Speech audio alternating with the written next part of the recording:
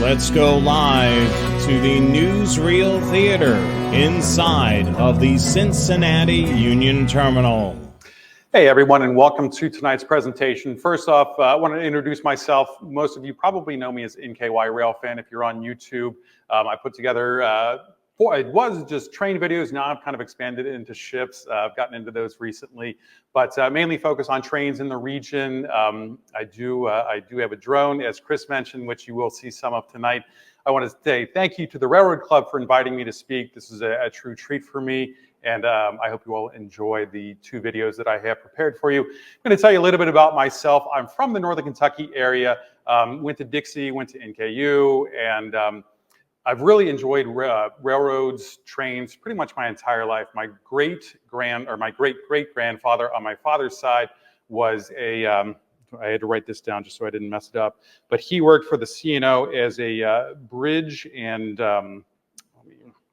let me triple check this, I just don't want to get it wrong, but he was the supervisor of buildings and bridges. So he inspired my dad to like trains, and in turn that got me hooked on it as well. My dad was more into the model railroads. He would do Lionel particularly. He had lots of pre-war stuff, a little bit of post-war, lots of steam in there, and so I was exposed to it at a very young age. Also had trains magazines throughout the house, and I would pour through those as a kid. My mom actually thinks that that's why I enjoyed reading a lot, is that I would get those magazines as soon as they would come for the month. I would go cover to cover with them several times, and just really enjoyed it. And then I was able to marry a hobby of mine, the love of photography and videography, with this. And unfortunately, I kind of kicked myself because I didn't really start filming trains until a little bit later on in life. My first job was out in western Montana, and I had Montana Rail Link out there, which, as you all are probably aware, no longer exists. It's now Union Pacific, I believe, is the one, or maybe it was BNSF that has taken it over again. But you know, I think back, and I would have wished that I would have taken the time to go out there and get some pictures, because it's a beautiful area out there. But hindsight's 2020. I will say that if you're on the Facebook group, Cincinnati Rail Fans, you've probably seen a lot of my questions, and you're like, wow, this guy does not know anything about railroading. What is he doing out here? I remember going to the first video that I actually recorded. I went to Lockland, and I got set up there, and I was like, oh my gosh, I am so lucky. I've got 2 clear signals. And I waited, and I waited, and I waited, and there was no trains that came, and I went to the other side of the signals, and they were 2 orange signals. I was like, well, how can this be? How can there be a green signal on one side and then an orange signal on the other side? And I asked my first question in the Facebook group, and sure enough, I learned about automatic block signals, and that just because you've got a green in there does not mean you have a green coming. I spent a lot of time with my dad down at the DeCourcy yard. We walk around there. This was back when most of it had been torn out, but there was still some buildings there, still a decent amount of train traffic coming through in the late 80s and early 90s. And then I also remember seeing the steel trains across the Licking River at the Newport Steel facility there. I remember always thinking that it looked like a snake because they were green steel coil cars. And I just thought it was so neat to see them across like Mikan Field in Covington in that area. I do want to say, another stupid question that you probably noticed is, what is up with the Indiana sub? What is it measuring? What is 100 miles from the Indiana sub from just a few miles from the Queensgate yard? And then somebody kindly told me that there's a decimal point that they don't include in those signs. And so when it was saying 100, it wasn't actually 100 miles from something, it was 10 miles from something. And just the knowledge that I've gained from asking these really simple questions has just made railroading and rail fanning just so much more enjoyable for me, because when you know what's going on, it just makes it so much easier to enjoy, and you don't get frustrated kind of wondering why aren't there any trains coming by here. So another thing that I really want to mention is, film stuff before it's gone. I think about what footage could exist of Union Terminal back when it still offered passenger service that I've only seen, a handful of pictures here and there. I know that more exist, but it's just a reminder to go out there and take pictures of what's out there now, because it may not be there tomorrow. And granted, most of the engines today look pretty much the same to me, but you never know when you might not see those anymore, or paint schemes, or I hear Norfolk Southern might be getting merged with Canadian National or something like that. So it's just a reminder to go out there and record as much as you can. Now, the two videos tonight are focusing on the NS Newcastle District heading north to Muncie and then on to Fort Wayne, and then the CSX Toledo Subdivision. We're skipping over from here to Hamilton. I feel that there's so many great pictures and videos of there. You all know what those look like. You know where the hot spots are. These videos are mainly talking about just some areas that if you have a free Saturday or just a day off work, or just want to kill some time, you can go up and enjoy some rail fanning. So I think we'll start with the Norfolk Southern video, if we can hit play on that, and hopefully it works. Our first location is New River Junction, just north of Hamilton. This is where the Norfolk Southern Newcastle District joins the CSX Toledo Subdivision for a stretch. NS has trackage rights from here south until the NS line splits off at Butler Street in downtown, about 2 miles away. This signal, showing an approach medium aspect, is just south of the Butler Street split, so we know a train's coming our way.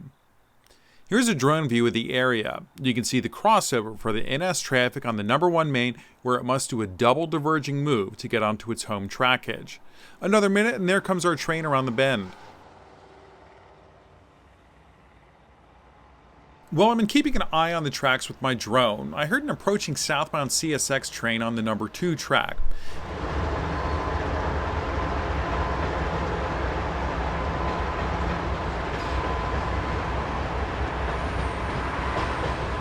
Now, this spot in particular is not great for CSX trains. They're elevated above you, and unless it's later in the day, the sun is working against you like it is for me now. It also only offers obstructed views because of the signals in nearby trees. It's not bad, it's just not great for CSX. As the drone catches the end of the CSX train, we can see the headlight of our train pop into view.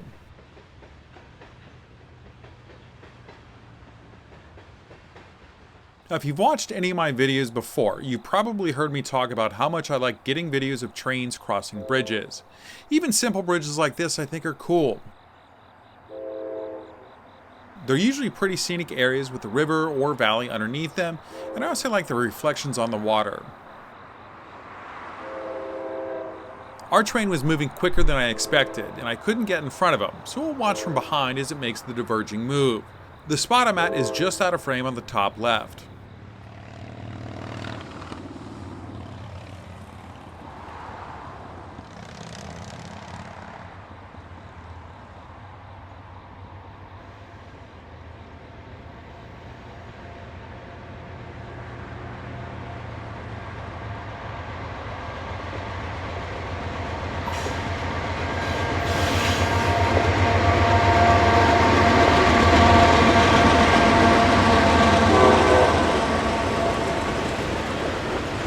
We'll be following US Route 127 for a good portion of our trip before turning west. This is going to be a challenge to get in front of our train, but as long as we don't get stuck behind some slowpokes, we should be fine.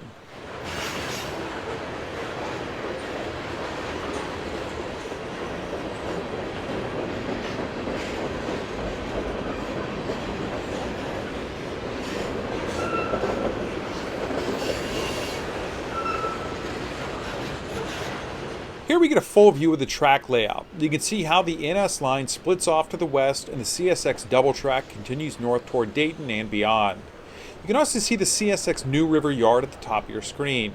Our next location is in Eaton, Ohio in Preble County. There's a southbound train heading toward us. I like Eaton because there's plenty of space to get set up near the tracks as they make their way through the downtown area. There's also a signal not too far from here that you can check and see if anything's coming toward you.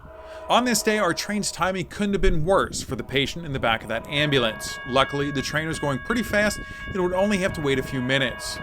On top of plenty of space, there's a neat red caboose you can also check out here if there's nothing coming through.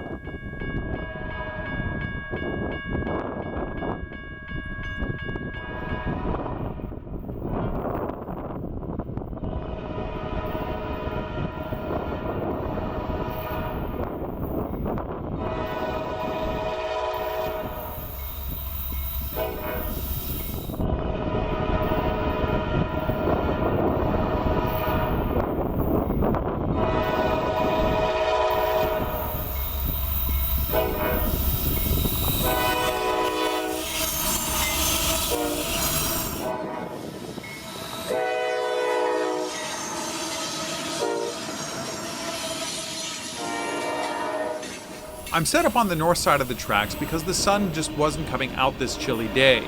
But when it does make its way out, there is room on the south side of the tracks so that the sun is lighting up the train instead of being backlit behind it. Now, you can also get some good front of the locomotive shots of the train in either direction too. And lastly, you can also get a lot of warning as the train blows its horn at nearby crossings, and you can see southbound trains coming for quite a ways.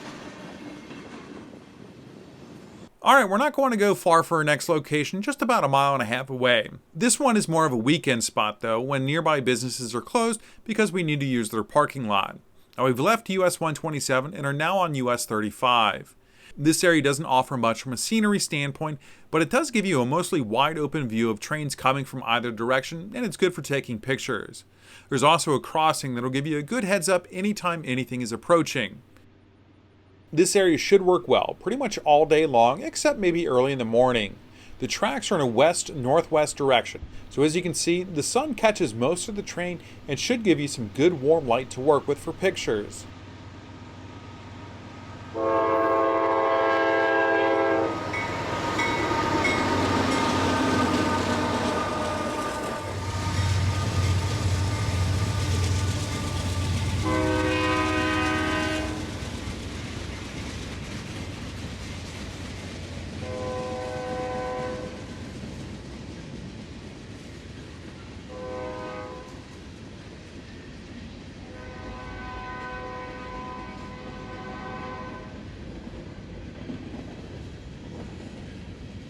Our next location brings us to Richmond, Indiana. We're looking east as our train is pulling through the downtown area. We're on Fort Wayne Avenue near 8th Street. That's control point 9th that this train is passing.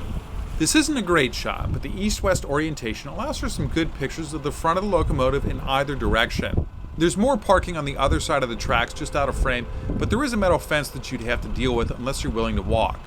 Now, I chose this spot because I could see the signal, but also because there's a bridge nearby.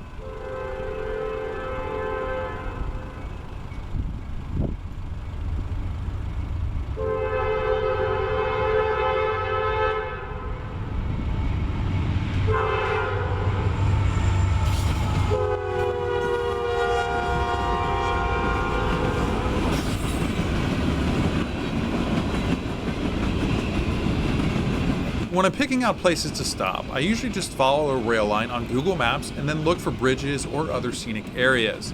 I then try to find a decent place to park. With my drone, it's really opened some spots that I wouldn't stop for a ground shot, but there's something nearby that looks worthwhile with the drone. Speaking of, on cold days, my drone skills aren't the best, so sorry for the jerky motion. There's our bridge though. I bet it looks better during the summer when everything's green around it.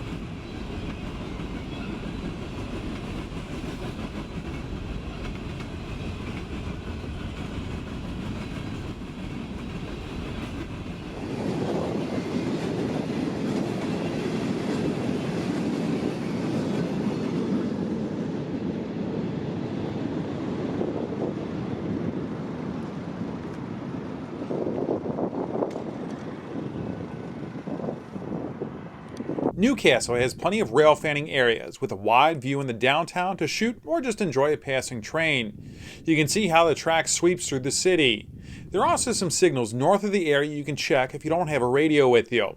The only problem with this spot, like many of the other areas that we've seen, is with north-south lines, the sun is working against you half the time. So you can get some great shots of trains heading towards Cincinnati, but you have to be careful with your framing for anything heading north. Still though, this is a decent area to set up.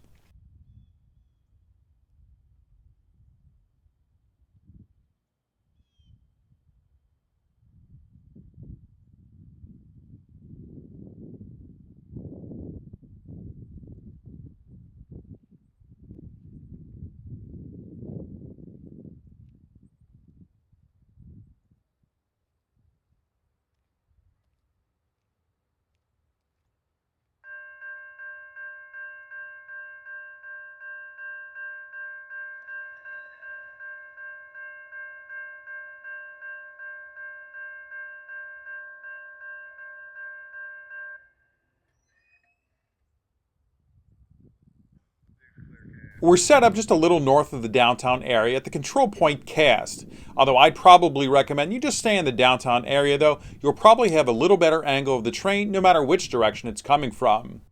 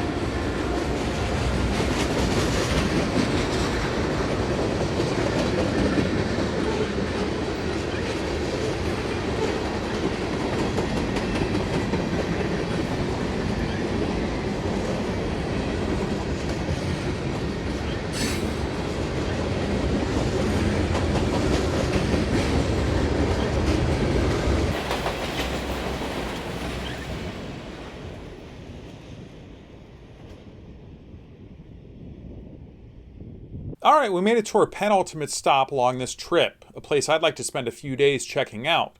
I'm talking about Muncie. This has a lot to offer rail fans. It has 3 main lines converging. You have the CSX Indianapolis line, our Newcastle District, and the NS Frankfort District, although I don't think that sees a lot of traffic anymore. The city has several diamonds in the heart of the downtown, and because of those diamonds, there are easy to see signals in several locations. The only warning I'll give is that they don't give much time before a train arrives. Because these tracks cut right through the heart of town, there's plenty of parking around most of the grade crossings, so finding a parking spot shouldn't be an issue. I was staring at 2 red signals when the crossing gates started to activate. I hit record on both my cameras and got my drone in the air as quickly as I could.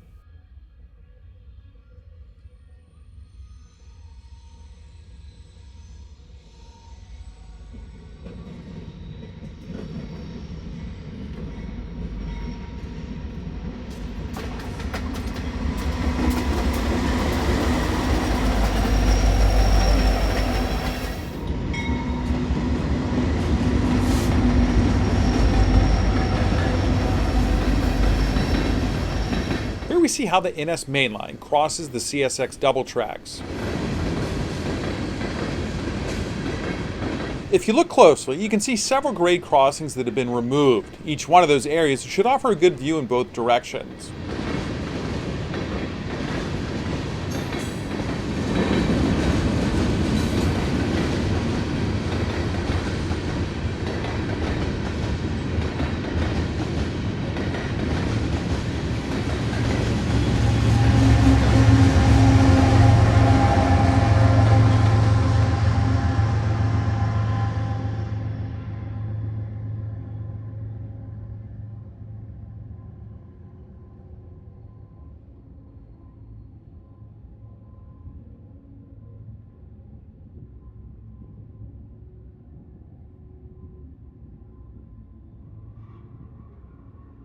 Muncie really does have a lot to offer rail fans, so I opted to stick around for a bit and just see if there was any sign of our train from New River Junction.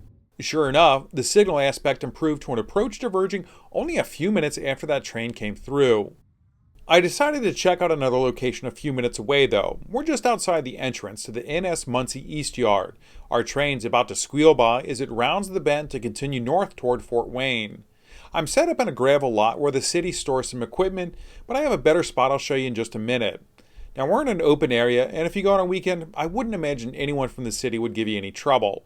There are no trespassing signs that Norfolk Southern has posted, but you can easily stay back off the property and still get some interesting pictures or videos. You may want to bring hearing protection though. This was absolutely deafening while I was here.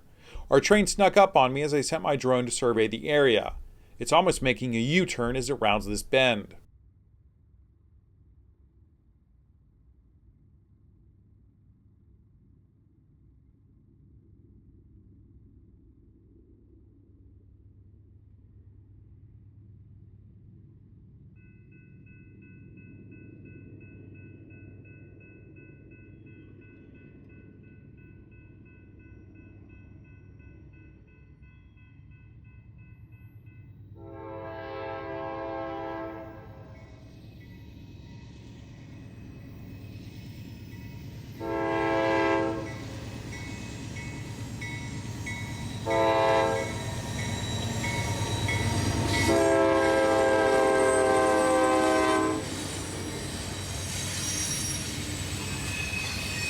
For as tight of a curve as this is, I was surprised to see the train doing more than just a walking speed around it. The rails are even angled to allow for a faster rate through it. Let's watch one more time as the locomotives come by.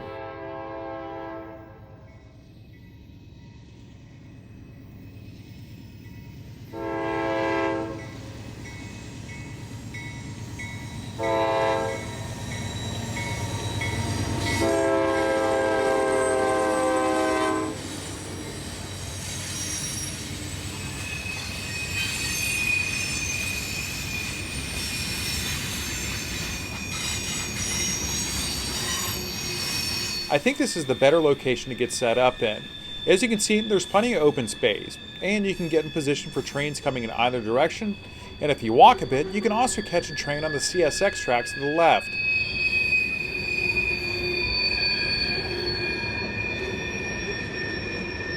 That's the White River our train's crossing. There are several walking and biking trails in this area too. You can probably get a good view of the tracks from one of them as well.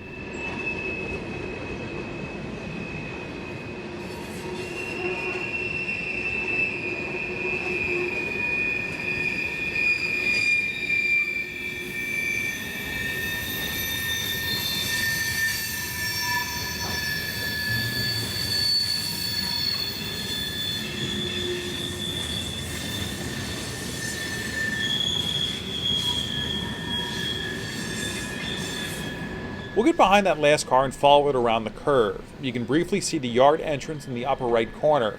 From what I could see, it looked like it was mostly just covered hoppers in there. It makes sense though, given the amount of grain that I'm sure comes through here.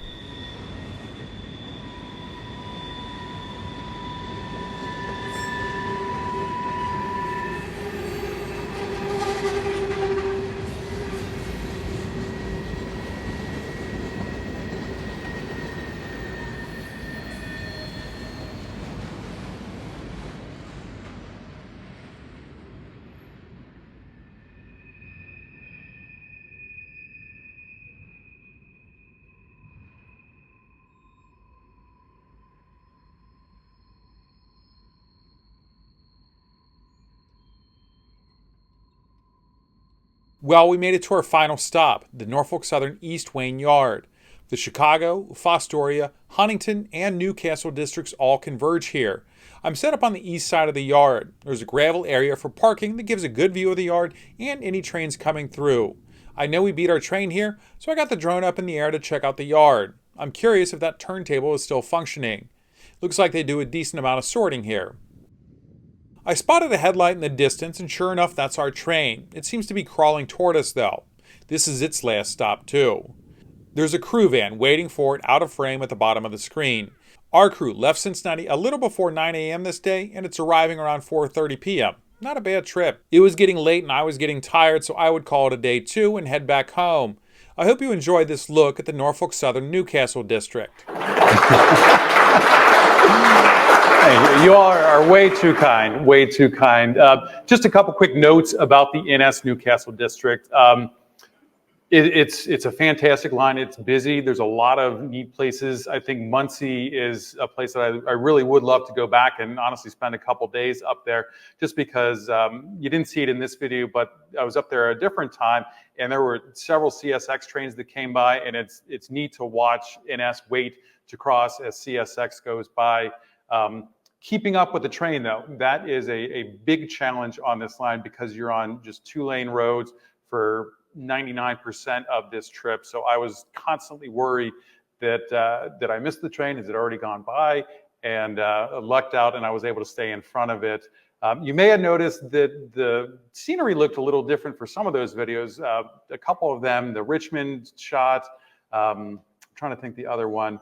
The first Eaton shot, those were both actually shot in November of 2022. I just never got around to publishing them. And so I'm happy that I was able to finally get those out there for folks to enjoy. As you can see, the drone has become a very significant portion of the videos. I think that it really does give you some scenes that you wouldn't be able to see at all if it weren't for it. And I really do think it adds a little bit of scale to the railroad, even though it makes it look like a model railroad in certain cases. But I think just kind of, especially around that almost horseshoe curve there, you know, seeing that from the ground, you don't realize what a tight turn that is. And then, I mean, that train was probably, I would say it was probably doing 25 miles an hour. It seemed a little faster because I could not hear anything because of the squealing from it. But I think the drone, I really appreciate the scale that it gives to that type of stuff. Next up, we're going to see the Toledo Subdivision. Now, this is a lot easier to chase because it's basically parallel to I-75 for most of it. So if you plan your spots, you have plenty of time from when you catch a train to when you can get in front of it and get set up, and you can probably even get something to eat for it. So let's go ahead and take a look at the CSX Toledo Subdivision. If you all have any questions about the NS line or this, once this video is finished, I'll be happy to answer anything that you might ask. Our first stop on the Toledo Subdivision is on Riverside Drive in Trenton. This is north of the Miller Course facility and east of Edgewood High School. We've got a southbound auto rack coming toward us. It's going a little slow though. That's because it's right on the heels of another train that just came through a minute ago and the crew's looking at this restricting signal. That's a B523 waiting on the number 2 main. I've got a video on that train and the Middletown Steel Plant in the works. Well, here comes our first train.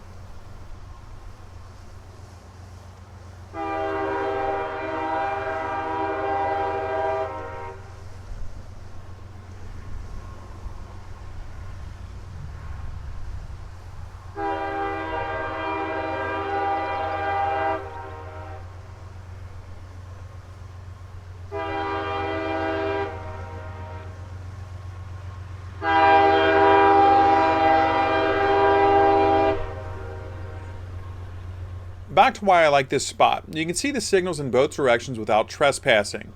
There's a decent amount of open space next to the track, and I find that Y or equilateral turnout pretty neat. I've only seen a handful of these style switches, and they've all been on CSX tracks. They allow a train to have a little more speed as it moves through the turnout, and reading up on them, there's apparently a little less wear and tear on them in general. I'm surprised I don't see them in more locations.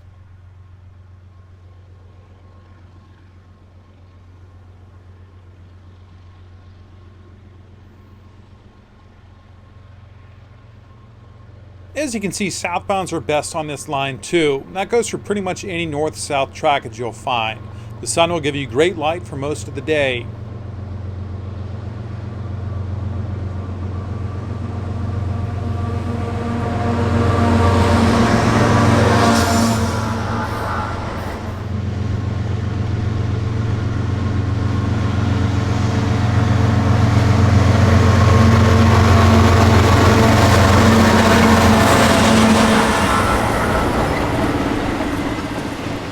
The nice thing about the area between Hamilton and Dayton is there are plenty of spots just like this. Roads run parallel to the tracks for a majority of the line in the area until you get to Farmington Road.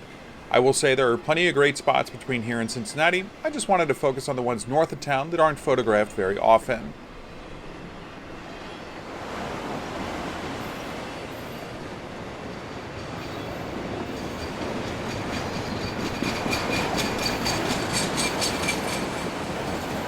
A real quick note about these style turnouts. I believe they're mainly used on double tracks that are both heavily and equally used like this area, as opposed to an area where one track may be used less frequently.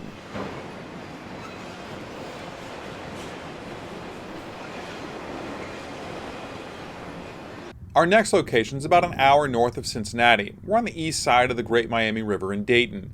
The bridge in front of us carries the NS Dayton District and the CSX Toledo Sub. This is a great spot in terms of a wide open view, but to get a close-up shot of a locomotive coming or going, you need to be on the other side of the river and do a little bit of walking to get next to the bridge.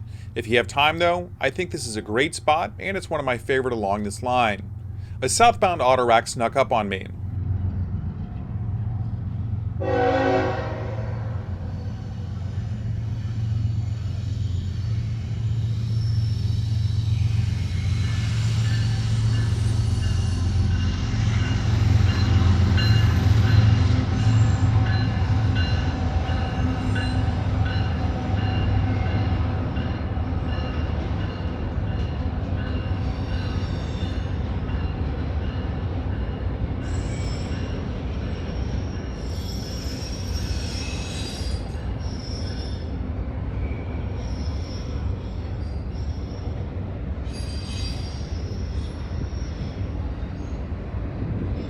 This is another weekend spot. There's plenty of space for parking on either side of the river, but these are normal businesses during the weekdays, so I'm not sure how they'd feel about having a rail fan using their lot.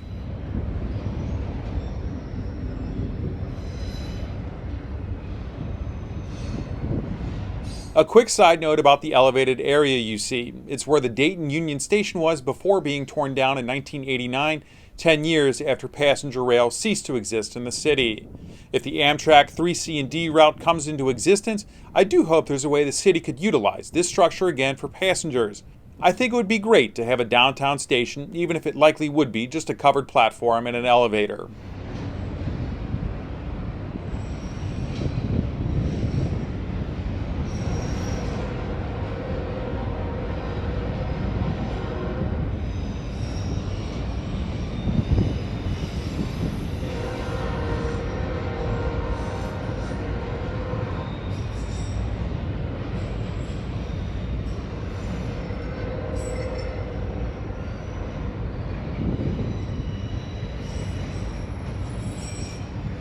Our next stop is in Troy, about 20 miles north of Dayton. I like the area because it has color position light signals, but the layout can be deceiving at first. Unless you're looking for it, you likely only spot the one signal slowly being hidden by the trees. It's displaying a clear aspect.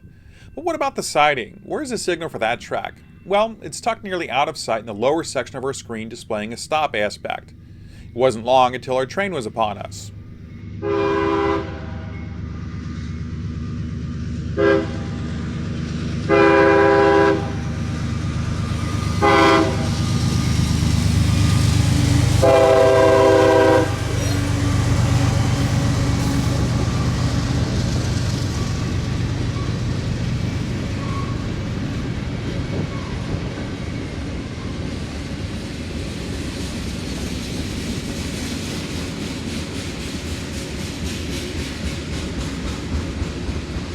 Normally when I come to Troy, I check out that signal and then I head to this bridge just a little north of there.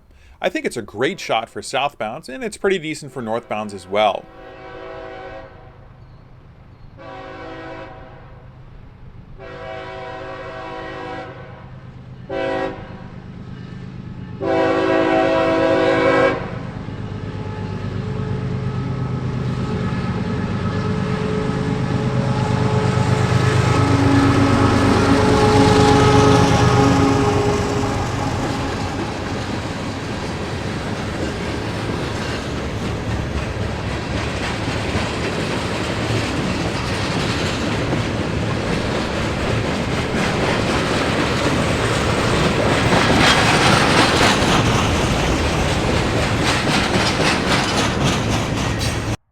I debated showing this next stop because for the Toledo line, there really isn't a great place to record in the area. We're looking south from my drone in Sydney. It's another 20 miles north of Troy. That's the Sydney line connection track to the Indianapolis line subdivision coming off to the left. You can also see the signals for the eastbound traffic on the Indy line toward the bottom of your screen. I'm a fan of Sydney, but usually for the Big 4 passenger station. I go there to catch an east-west train or see something make the turn south. If you get something heading west on the Indianapolis line at the station, well, you can get some good shots as well, especially later in the day. It's not terrible if it's an eastbound train you catch, but it's not as good in my opinion. There is an area you can railfan close to the downtown on Dayton Avenue, but it's just an average location in my opinion. You can get some decent pictures of southbounds with a nice overpass behind them, but that's about it. Sydney does have a great local diner for a burger, fries, and milkshake called The Spot. Definitely worth a stop if you have time. Back to our train. This shows the benefits of the drone and the world it really does open up. I wanted to catch the train as it went under the Indianapolis line subdivision. The Dayton Street location was just too far away, so I'm set up on a random street corner that gave me a good view of the drone. Our train takes the diverging move, so I'm guessing there's a southbound he's meeting. There's the Indianapolis line overpass. I'd love to catch a meet here. Here's a better view of the track layout. The passenger station is off-screen to the right. We'll see it in just a second.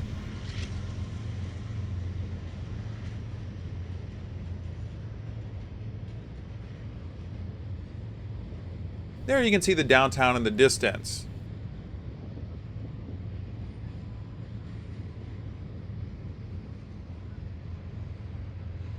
And this shows us how the tracks snake their way through town.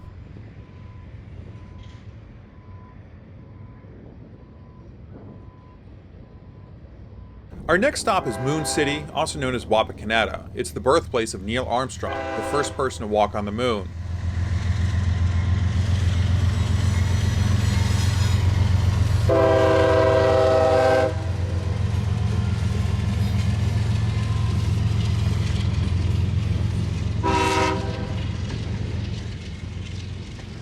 There are several crossings through town and several places to park near the tracks for rail fanning. There are also signals in both directions on the south side of the downtown, but it's a pretty boring area if you ask me.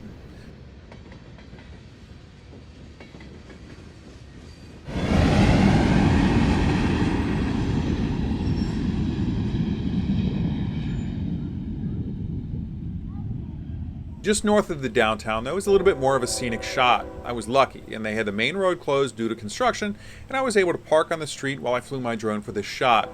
There is a little side street you can park on and get a good view of the bridge you're about to see and a grade crossing. You just have to walk a little bit.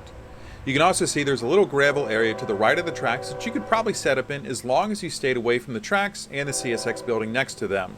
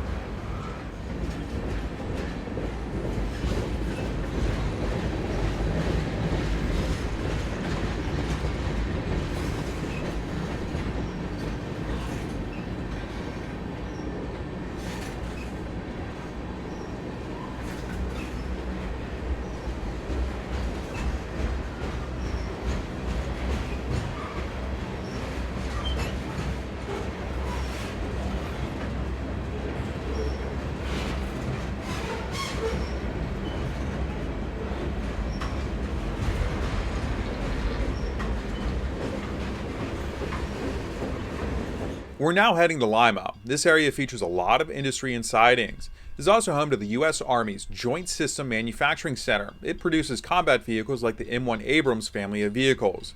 I wish I could get some video of the facility, but it's off limits.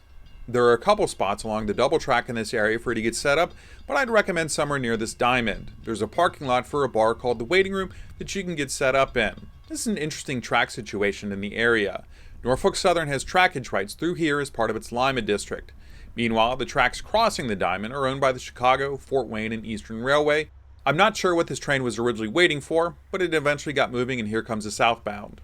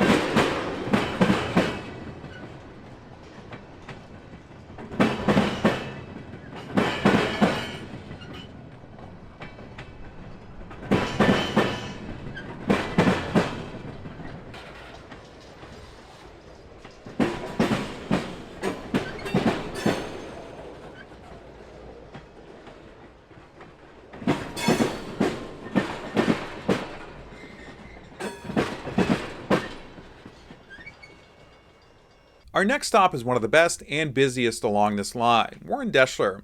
Unfortunately, though, there aren't many trains that continue on north over the diamond. Most take the turn east and change crews in North Baltimore before continuing on to Fostoria and then turning north to Toledo. I made a few trips up here recently, but the train we're going to see is my first CSX Heritage unit. At first, I didn't know why there were so many people here this day, and then I learned why.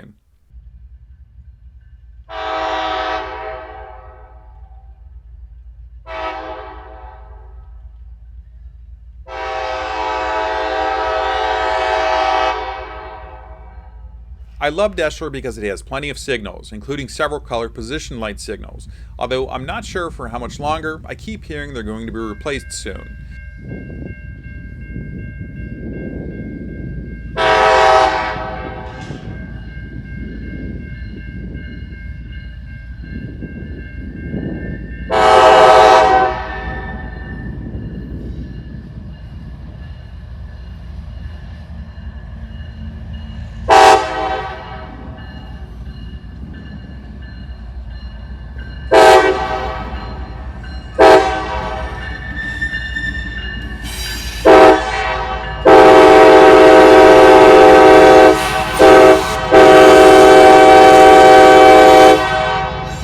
It has a covered seating area as part of a rail park that has a live audio feed as well. I prefer Deshler to Fostoria because you're just so much closer to the action here. Fostoria is great for NS traffic, but not so much for east-west CSX trains.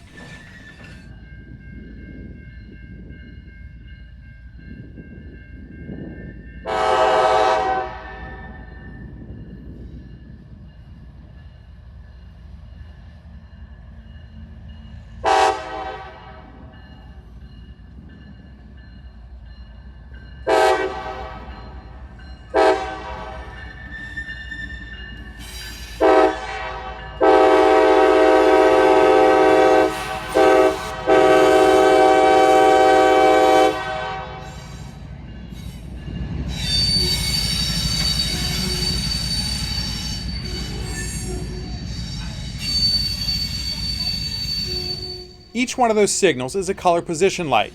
There are actually a few more for northbound trains that you can't see. If you like those CPL signals, Deshler is definitely worth a visit.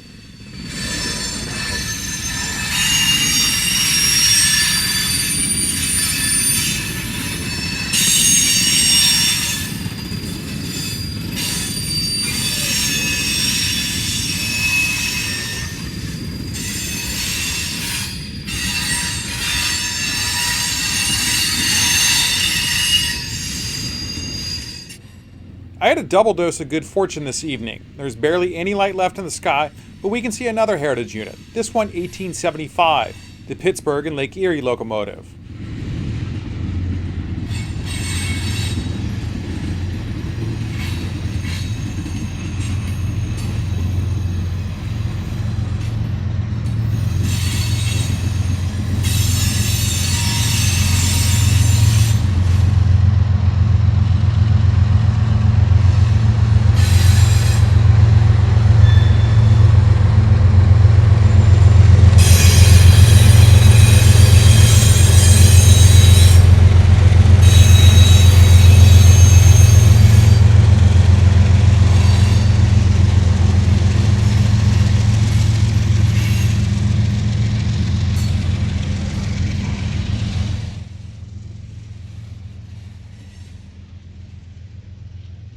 Our train may be heading south, but we're continuing on northward. Alright, we're making a quick stop at the Walbridge Yard. This is where traffic turning north at Fostoria would come through, and most of the traffic that heads in and out of Toledo to the south funnels through here as well. The traffic can go to Cincinnati or Columbus from this area. We'll see a bit more of that yard in another video. Well, we made it to our last location. We're on Front Street in the industrial part of Toledo in the northeast side of town.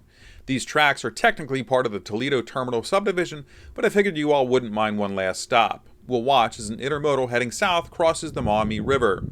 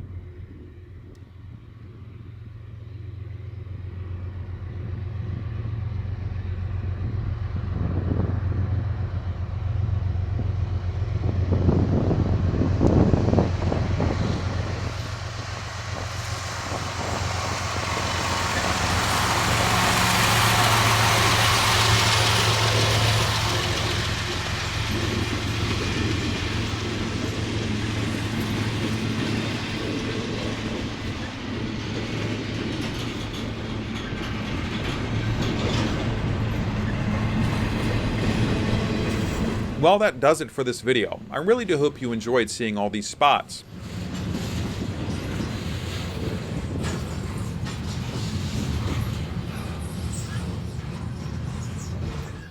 So I think that, thank you.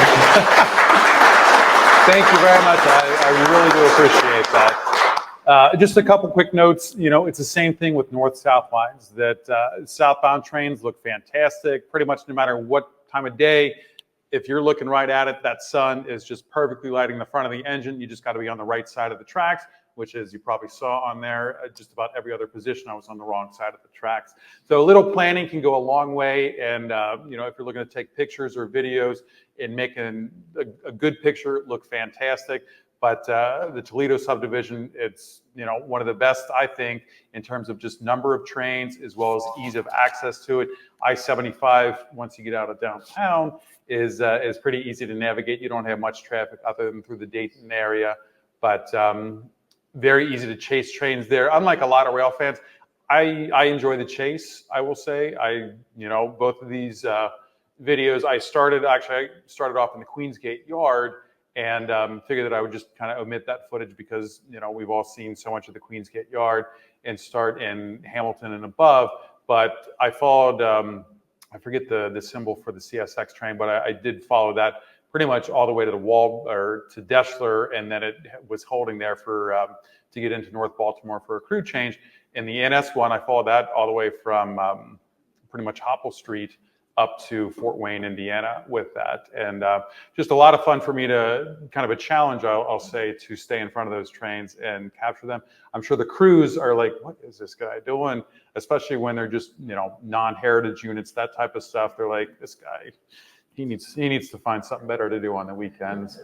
But, you know, I have fun doing it, and that's all that matters. And, you know, the few times that I do see kind of younger rail fans, I always try to, you know, ask them if they have any questions, because I know for me, like I previously mentioned, what a big difference it made in knowing kind of the answers to these questions, kind of knowing what a different signal means, you know, an approach versus a clear versus a stop or restricting.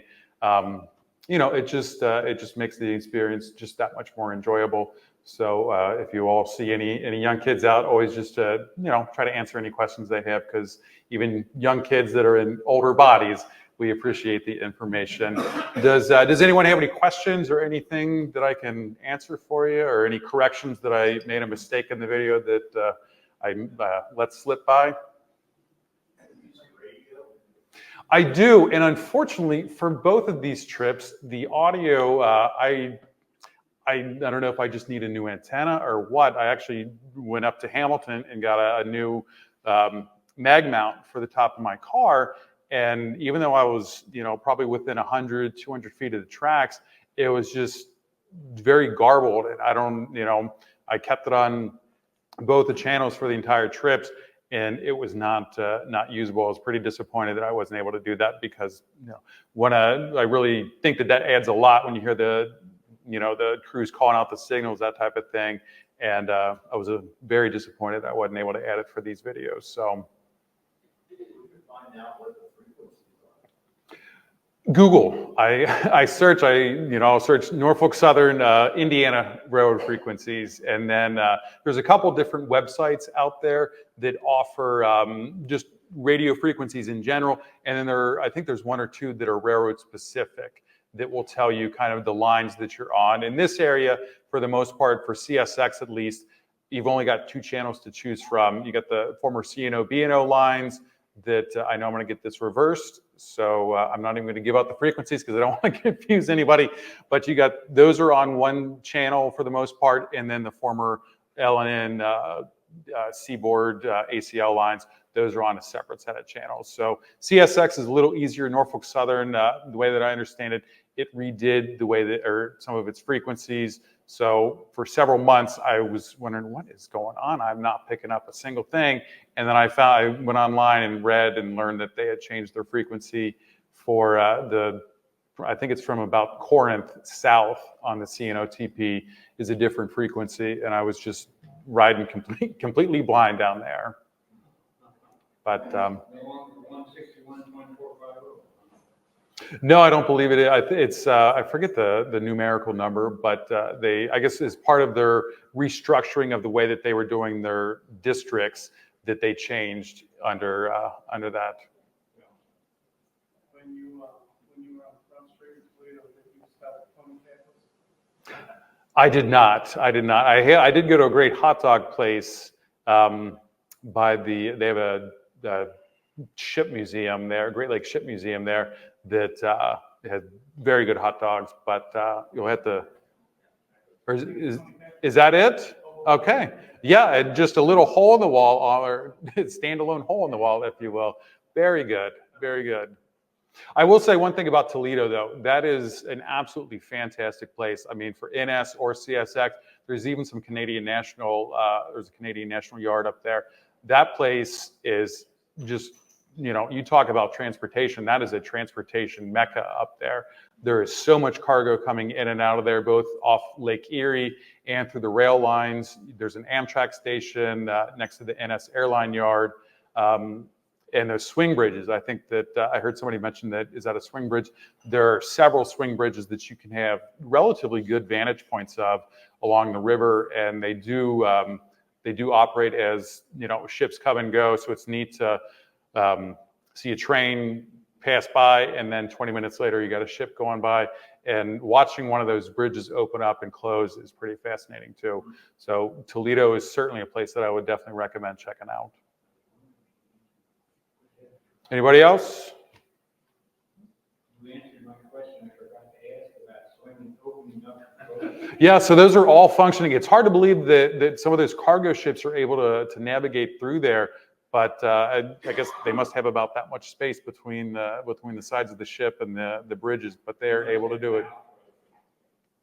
Yeah, so the one time that I've seen a ship go through them, they actually have a tug on the front and the back that will kind of keep them in line and push and pull them in place. Because I even with bow thrusters, I don't know if a ship would have as much control as you need to thread the needle through some of those bridges. But definitely a worthwhile place. There's a neat little lighthouse park that they have, so you can watch ships coming in. And then that Front Street location, it's a dead end. It's a former grade crossing that they just closed down. So there's nobody really around there. There's, I think it's the Toledo Water Department is there. So there's plenty of places to park. You got a good view in both directions of the trains coming through. So, all right. Well, if anybody thinks of anything else, feel free to stop up and ask. But I just want to say thank you all very much for watching, and I do appreciate the applause. I hope that you all enjoyed the videos there. To me, it really is a labor of love. I really do just enjoy going out and filming these trains. The editing portion of the video I could do without, but the filming of them, that is just so much fun to me. And I will say that being a rail fan, I've learned a lot about how this country works and how cargo gets to and from places, and just how vital these railroads are, and how they really, were the backbone of this country and still are. And so many communities that you wonder, well, why is this community here in the middle of nowhere? And then you think about all the railroads here, and then it's got this grain coming in, and everything just kind of falls into place for you when you start to dig a little deeper into this stuff. So not only is it fun to do, but you learn a lot about this country and how we got where we are. And yeah, so thank you all very much. I appreciate you taking the time to watch tonight. Thank you so much for watching tonight's presentation.